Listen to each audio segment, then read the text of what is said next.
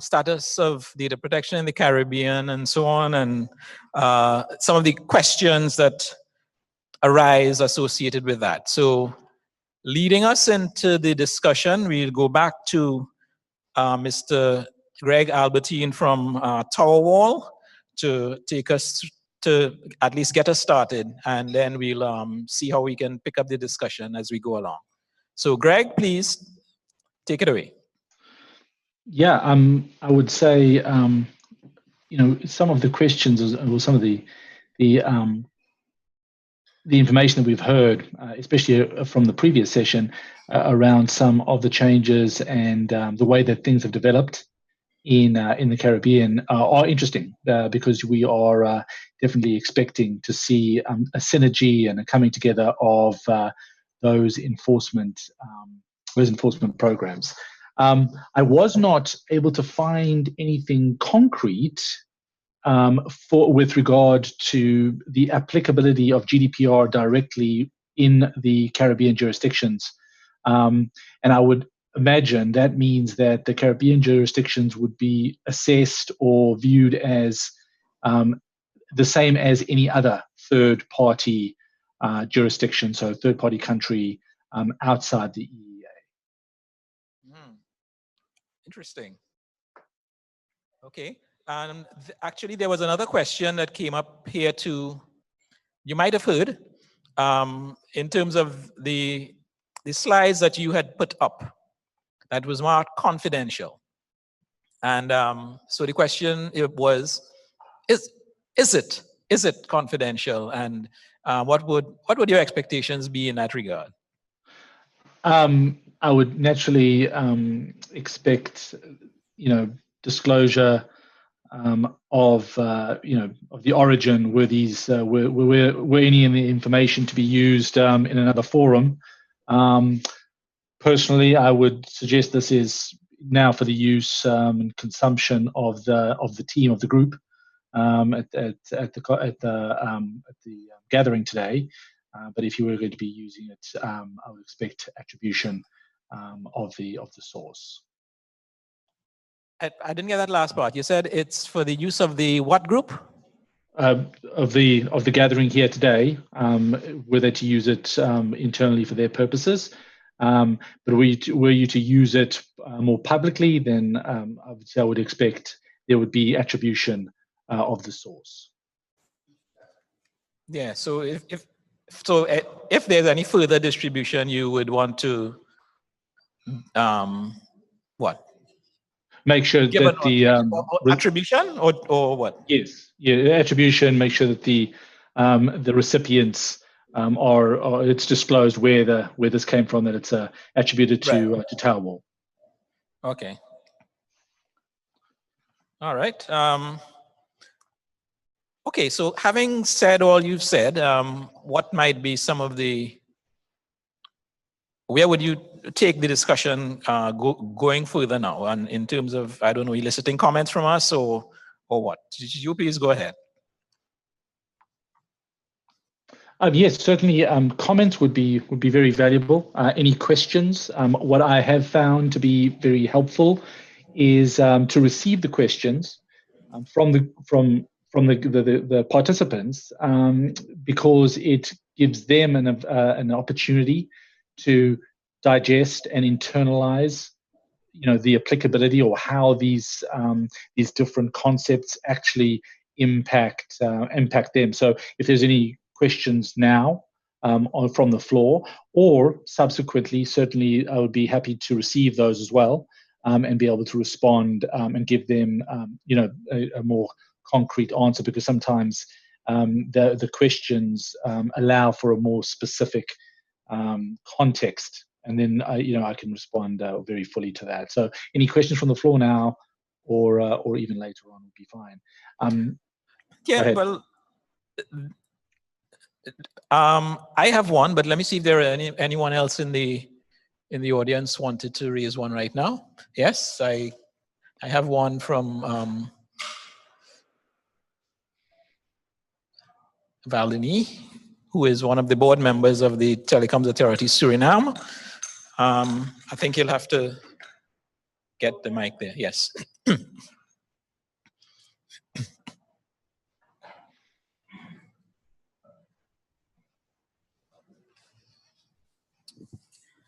Okay.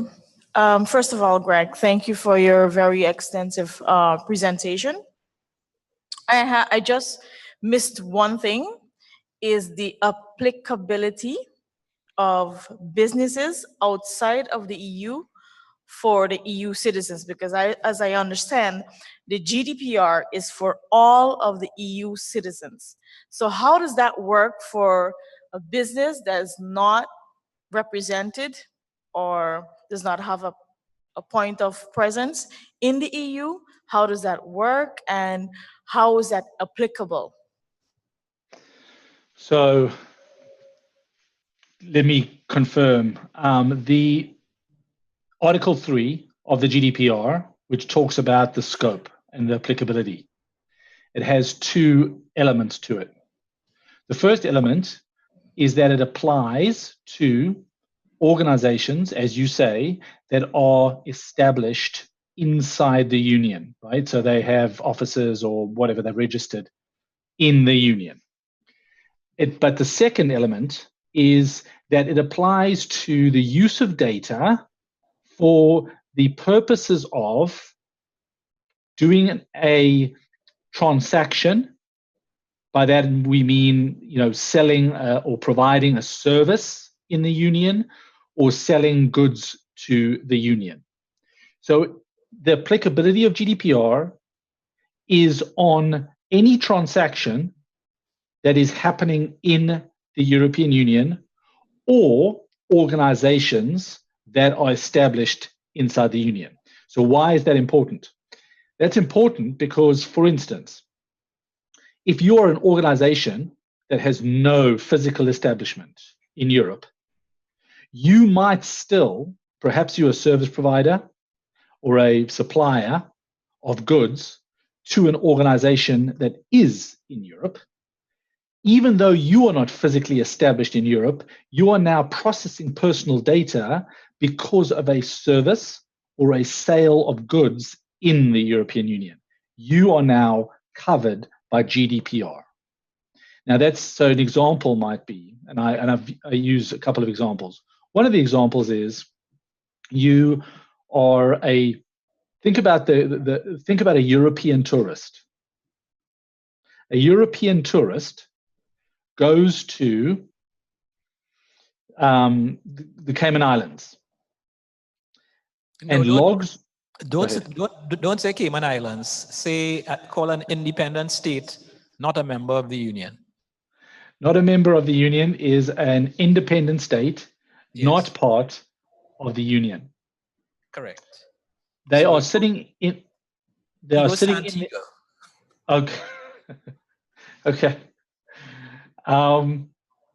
They are sitting in. That tourist is sitting in their hotel room, and they log on to the internet, and they order some groceries from their local grocery store in Europe to be delivered to their home in Europe. So, a delivery service, they deliver goods from the grocery, they bring it to your house, and you don't have to go to the grocery store yourself. But this tourist is sitting in this independent state in his hotel room, or their hotel room.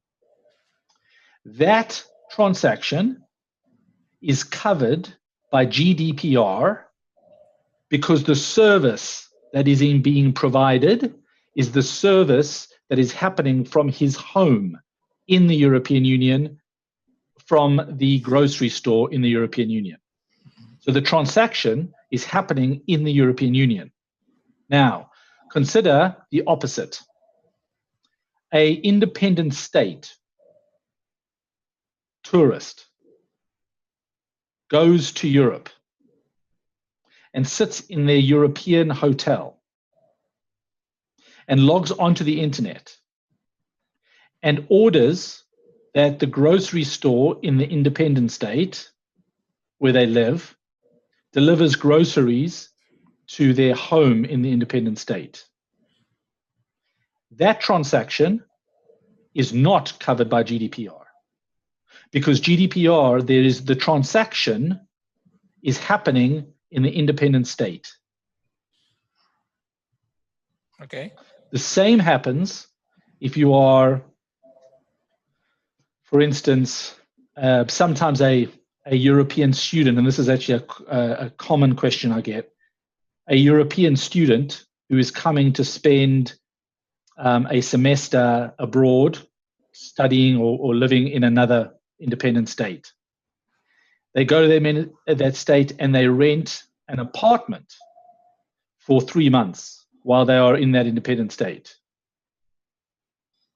That rental transaction is not covered by GDPR because the apartment complex, the apartment, is not offering the service, and the service is not happening in the European Union. It is happening in the independent state. So it is covered by the privacy laws of that independent state. Right. Does that answer the question? Is that helpful? Yes, yes, it does. Yes, it does. Okay, other questions? Was there an online question there? I saw someone pop up just now. They're on mute. So yes, this would be a good opportunity to ask some example type questions so we can get the concepts clear. So yes, in the back, come up and identify yourself and state the question. Hello, I'm Farid Tamsiran from the Ministry of Labor. I have just one question in regard to the whole telecommunication union as a whole. It's not uncommon that you usually see that the classifications that are made in different countries are mostly country specific. How will the CTU tell us or make the whole process just work for every country? Because, for example, the purchase of IT appliances, if you look at the tax and everything on that, it's different for every country. For if I think about governance, I think about not only the processes, but of course the procurement of IT computers, for example. So how will the CTU enable every country to have the same possibilities, the same, everything is just the same for every country? Yeah. Well, a CTU is not a regulator or anything like that. We are a policy development agency, and what we would try to do is harmonize policies among the countries. At the end of the day, however, the countries are sovereign. So, and I mean, this does not apply only to CTU.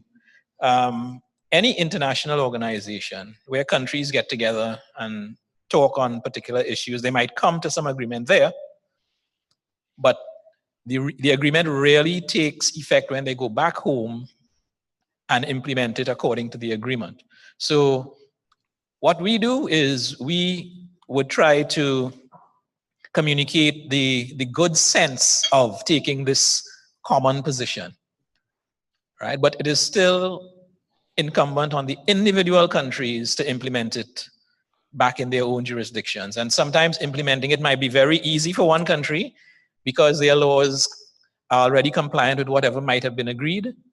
But in another country, they might have to go change laws or regulations, as the case might be, in order to become compliant. All right, so our role then is more the facilitator, the consensus builder, and the consensus is that we try to derive, typically based on, sound research, discussions, experiences, and so on, that we can basically convince our members to agree to. when we come together and discuss an issue like, I don't know, data protection, for example, right? All the countries, we saw some slides of the status of data protection in various countries. So the CIGF is one forum where multiple stakeholders from different countries come together and discuss issues and come up with ideas. And what we do in the CTU in this forum is we record these broad consensus ideas that come out from our discussions in a document we call the policy framework, the Internet Governance Policy Framework. And it's basically recommended to our members. We don't have the power to make them accept it, but it's really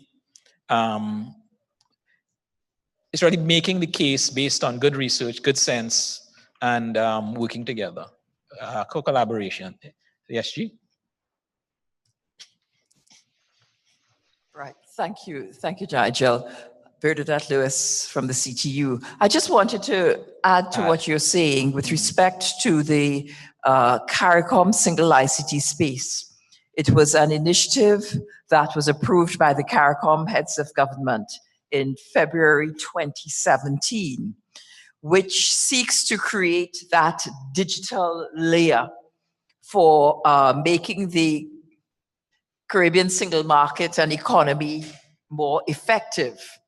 Yes, and one of the areas to which one of the characteristics of the CARICOM single ICT space, it's harmonized policies, legislation, and regulations for this space, so that there's a higher mandate to which the CTU is responding with respect to the policies and harmonization. We've been doing it all along, but there is now a higher mandate given by the CARICOM heads of government, which would require harmonization across the board. And this is a wonderful prospect, you know, and if we could make it happen, that would be even more spectacular. Thank you. Indeed. Indeed it would. Okay, so in terms of data protection now, well, yes, Deirdre. Deirdre Williams. It may not, I'm sorry if it's not relevant, just shoot me down if it's not, but listening to the presentation, thank you very much, Greg, it was very interesting. I suddenly thought about my UK-EU passport. My UK-EU passport is a piece of paper, but it has a great deal of highly individual information about me on it, which becomes available when I go to other countries because they read it. Yep. And that goes into a database because when I go back again, they know I've been there before. And some of these countries take my fingerprints, which are actually biometric. And I wondered whether there was any protection in terms of that information, even though it's not initially online information. Thank you. Thanks. Any comments, Greg? Yes, yes, indeed. So thanks, Deirdre. Great question. I can see that the force of GDPR will be strong in you. So that question was definitely caused a huge brouhaha between Europe and the US in particular, as one of those countries that collects the biometric fingerprints, etc. So that particular issue, so first of all, under GDPR, though, that passport information and the biometrics, as we know already, are sensitive or special categories of data. In particular, because beyond just the fingerprints that might be collected at the passport control, the passport itself and that picture gives you the ability to attach nationality, race, particularly religious affiliation to that individual. So it's extremely sensitive data right off the bat. What it has been covered by, or what happened, was that the European Commission and the Department of Homeland, the Homeland Department, whatever it is, in the US came to the PNR agreement, the personal passport. I can't remember what it's called, but anyway, it covers all the information, passenger name record. Sorry, the passenger name record accord, whereby all the information that gets collected for passports when they send your information from Europe to the United States ahead of your flight. So you have to always fill in that information, and then they pre-provide your information if you're on a flight into the US. They send it to the US authorities ahead of the flight to tell them who's coming, so that they can do background checks, etc., of those people coming into the country. All of that is covered by a government accord that commits, in particular, obviously the US, to look after that information, use it only for the relevant purposes, and applies all of those GDPR principles to that collection of information. What about advanced flight information? That would be one of those exemptions? Well, yes, that is what's covered by this passenger name record agreement. So it's all of that pre-flight information, because that gets shared. It was a requirement by the US government that they get that information ahead of time.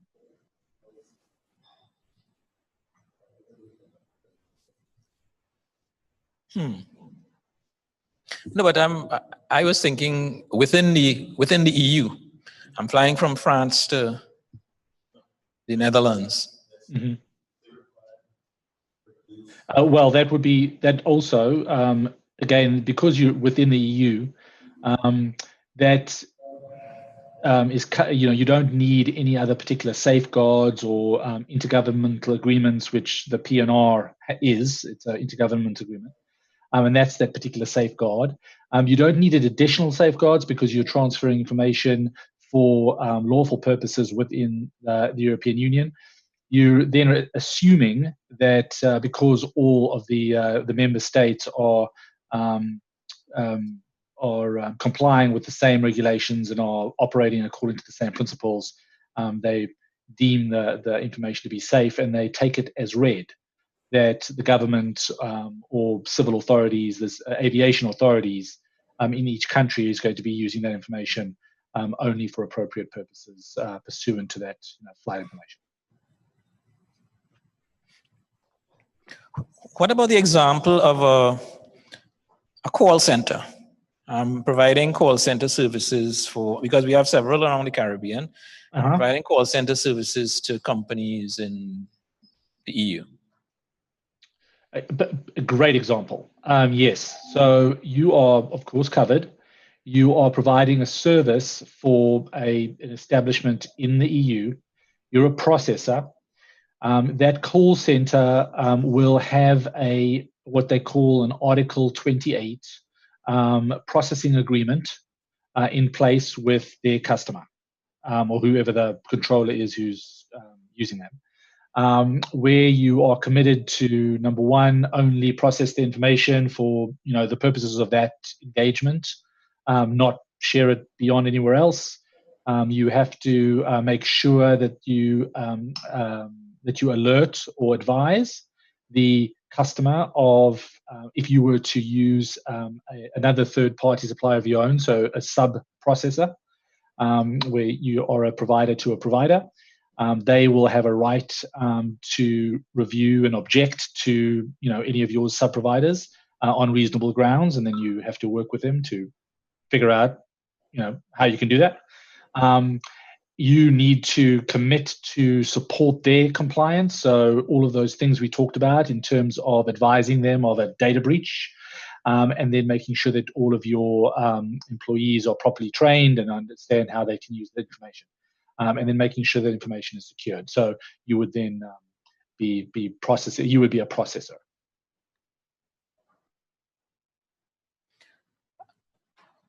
Would you might have said it in your presentation, would you say that the GDPR is provides the most stringent data protection requirements of all the various regimes around the world? By and large, yes. I would say it depends on what the context is of most stringent. While the GDPR says that you can't transfer information outside the EEA without there being certain specific safeguards in place, another jurisdiction like China has data localization in place, whereby you're not allowed to transfer data out of China at all, without government authority. And there it is, and they apply it differently because they talk particularly about Chinese citizens. Whereas, very importantly, the GDPR does not talk about citizens at all. And it's for a very practical reason.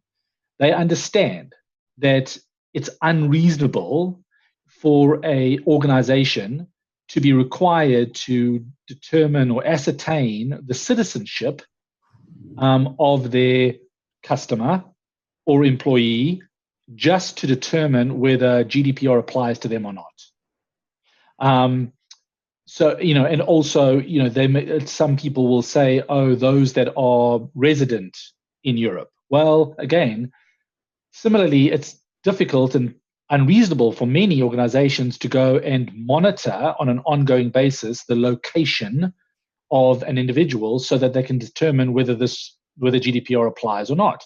So GDPR is very, very practical and said we're not going to talk about citizenship, residence, nationality, or anything like that. We are going to attach the obligations only to the institutions, the organizations that are using the data. We don't care about citizenship, nationality, or residence. We care about, are you established institution in Europe, or are you using this information because of a transaction in Europe? It's got nothing to do with citizenship. So in that case, you would say they are the most practical regulation rather than the most onerous. This is one for Greg. In 2017, the European Union Court of Justice ruled that the Canada-EU data sharing with respect to PNR records broke European law. And the Article 29 Working Party and various other groups have agreed to that, which said it put into jeopardy the prior arrangements with the Australians and the United States in terms of sharing of PNR. Do you know what the situation is now with respect to the response to that court ruling? I do not. I paid attention to it at the time, but then lost sight of it in the interim. Now, people continue to travel from Europe to Canada, so you imagine that they've come to some reasonable accommodation. Indeed. Now, I guess the question in my mind, Greg, is we have these various data protection laws and regimes around the world. And as Caribbean territories, we are, I guess, one by one, implementing our own data protection laws and regimes in the Caribbean. What do I want to ask? My question really is, what might be a good model for us to follow or try to adapt or whatever? Are the models that different between, say, the States, EU, and I guess the US and the EU, and maybe let's say Canada, US, Canada, and the EU might be might be the go-to sort of countries for us here in the Caribbean to use as models for our legislation. Is there a bad choice, or what would you say about such a choice? I think from a organizational, if you are thinking about the participants in the economy, right? So those organizations, private corporate organizations, the approach, the US approach, the sectoral approach in the US and the multi-state approach in the US is very, very difficult and very sort of onerous to comply with.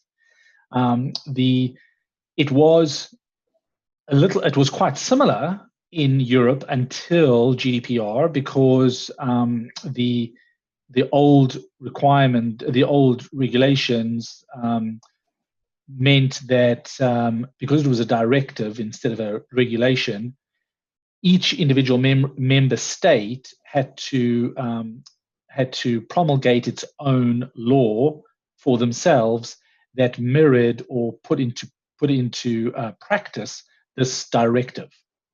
But of course, you can imagine cultural and economic diversities mean that each different member state had a slightly and sometimes fundamentally different interpretation of what the directive was saying. So what the regulation has done, or one of its main objectives, is to try and harmonize the application of this regulation so that it's more uniform across Europe, which is a huge boost and a huge positive for all of your corporate entities. Also, culturally, you remember that the US model comes from a perspective of once we have your personal information, we can and will use it for whatever we like until you get someone bigger than us to tell us to stop. Whereas privacy and the sort of fair use of data is a fundamental right in Europe. So it's the other way around. It's we will only use your personal information for what we are specifically allowed to and nothing more, or we will find ourselves potentially enforced against. So so it's both the cultural sort of context of the regulation in Europe, but also the particular sort of application of it in Europe that I would think is now the better of multiple evils. There is by no means, uniformly sort of well done or liked elements of it, but as a whole, I think the GDPR is coming closer to where people will feel more comfortable and more consistent. Any other questions, Ashley? Right. Thank you, Greg. My question is, how do you, as the European Union, arrive at the GDPR? Was there like a harmonized policy framework precursor that would have set the basis on which the legislation and the regulations would have been crafted? So yes, in a way, it's the Article 108 of the European Convention, which establishes all of these elements. It really just puts into practice those OECD principles. That's as close as you'll get to a consistent framework. What I and many other sort of practitioners lived through was between, I would say, July of 2012 through to March of 2016 was this very, very fractious, long-running battle between the various organs of the European Union to get to their vision, or as much of their vision of this new regulation as possible.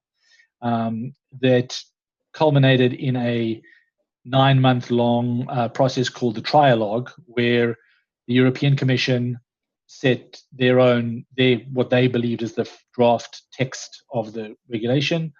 The European Parliament put their own version forward, and the European Council, which is the collection of all the different ministers, the heads of state, put forward their own version. And between the three of them, there was a lot of negotiation over 9 months to eventually get to the final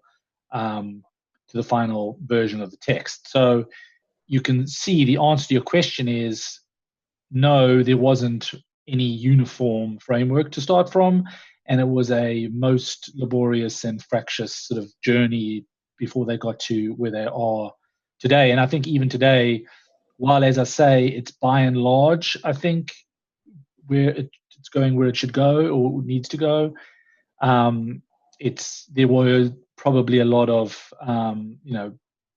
convenient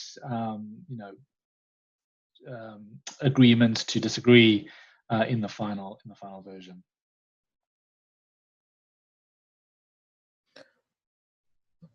Okay, thank you very much, Greg. I think we've exhausted the questions in the room for now. We are at a little past the scheduled close time, so let me say thank you very much indeed for your participation with us this afternoon, and I'd ask the room to thank you.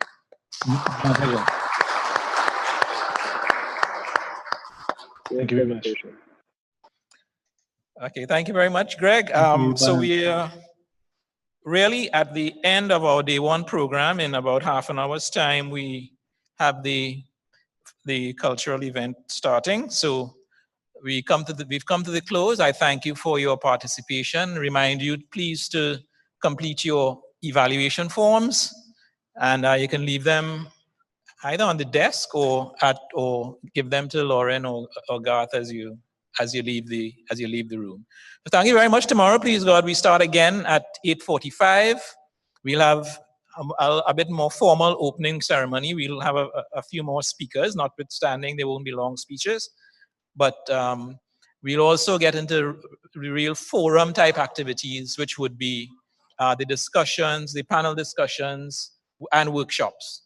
Because in our CIGF, what we do is we want to hear from you. We get your opinions. We get into little workshop groups to discuss specific issues, and we share the results of our discussions. So we look to have you back here tomorrow, please God, for 8. We start at 8:45 sharp, and we should have a couple other participants as well. So thank you very much. Enjoy the function. Have a good evening.